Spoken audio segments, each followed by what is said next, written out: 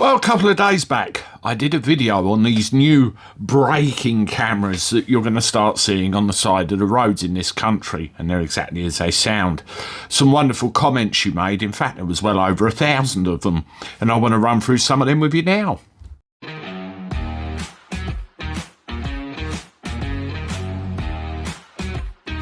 Hello everybody, welcome back to the channel. Hope you're well. Thank you very much for joining me once again. Good to see you all, and I appreciate the support.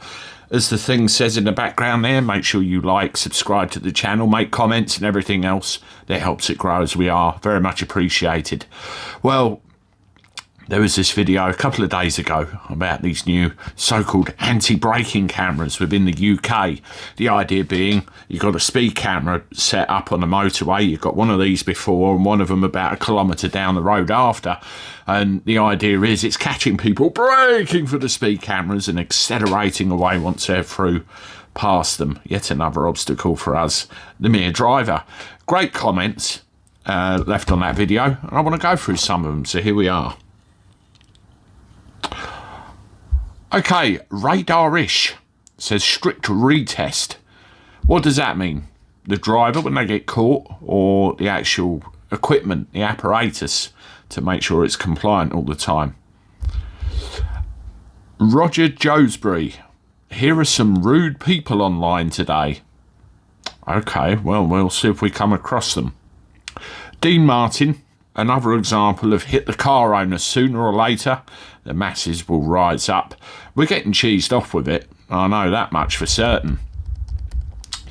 Martin Day, break it down. If doing the speed limit and not aware of these things and how they work, but know them as anti-braking, and cameras are placed in accident black spots, then logically the risk of someone stepping out or whatever increases. A driver could think twice about heavy braking or be looking at the speedo more. Cash cow, anyone? Absolutely. I mean, the other thing that gets me as well, not with motorways, is these signs you see out of schools, you know, drive slowly, otherwise you could hurt a child. But when you come around a corner and you want to read the things, and it's all distractions designed to wind the driver up, in my view. Ninja Prime Productions. I have nothing against this at all. I have personally seen other drivers do this every day. Drivers seem to be in a hurry these days to get to where they need to be. Unfortunately, a bit of common sense and forward planning would certainly help. If this does get implemented in the UK, then it's another excuse for the government to get an extra source of revenue from us motorists because of the stupid motorists out there.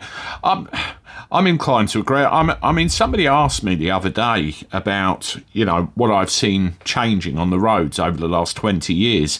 And one of the things is no one's got any patience anymore. They all want to just get somewhere in 5 minutes. They won't give way or anything else, and all in a mad rush. And you see so many examples of poor driving. It's unbelievable. I had someone having a go about taxi drivers. I mean, me personally, I take the driving very seriously in the safety of the people I have. But yeah, very bad examples. But is a camera the answer, or is it more strict enforcement of the laws that we all should be governed by in the first place? You know, you tell me. But it's definitely a revenue generator, this one. William Young, yeah, that's right. Slow down. It's a safety camera in a dangerous spot, is it not? Well, if they were in a dangerous spot, you might have a point, but I think they're scattering them everywhere. Paul R, just another way to screw over the working class, like speed cameras. They'll put them in places to maximise fines with nothing to do with road safety. The Wizard of the Zoo, a lot of accidents don't happen because of speed, but because of distractions. And here you go, one more.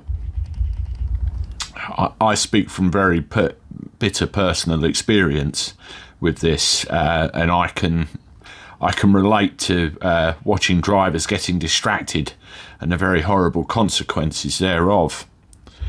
Piper Car, we got this already. They're called average speed cameras. They record your speed and send it to the next camera that then works out if you're speeding or not. So if you slow down and speed up, it works out and finds you if you're speeding. The idea is to slow people down, which is good. But hiding these cameras isn't going to do that. It's just going to create income for the government after the fact. I don't smoke, but when I hear they're going to put the price of cigarettes up to stop people smoking, to me, that just means they're getting extra income while trying to make out they're saving lives. I could go on. Totally agree with you. Totally agree with you. I mean, there is a place for traffic enforcement. There is. Outside schools, hospitals, sensitive areas, maybe even roadworks, you know, particularly when things get tight up. But when they're effectively a cash generator for organisations or governments or something like that, John Albright always told that speed cameras were there to make you slow down and stick to the limits. So they seem to want you to speed or be fined for not doing so. Yeah, damned if you do, damned if you don't, isn't it?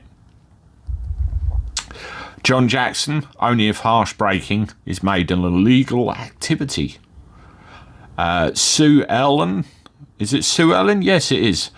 It sounds like out of Dallas. It's not you, is it?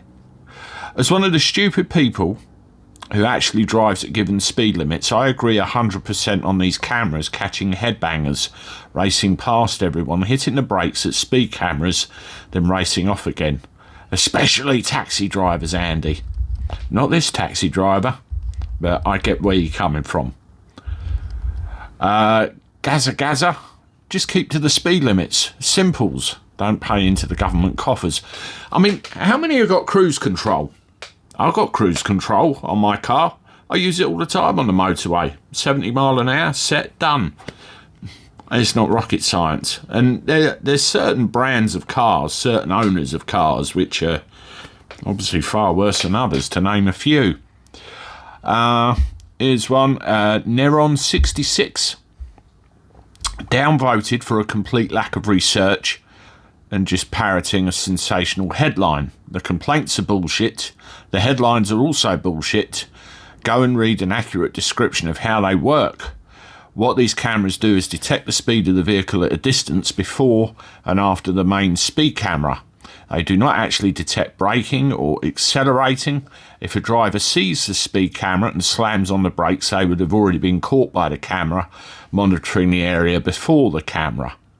They are anti-speeding drivers who brake to go past the camera or speed after they pass the camera. They do much the same as average speed check cameras. They measure your speed over a large distance and a single fixed camera. It will catch more people who are speeding. These people are scum who deserve to be fined. Yeah, in the headlines, I said there was going to be another one at least a kilometre down the road.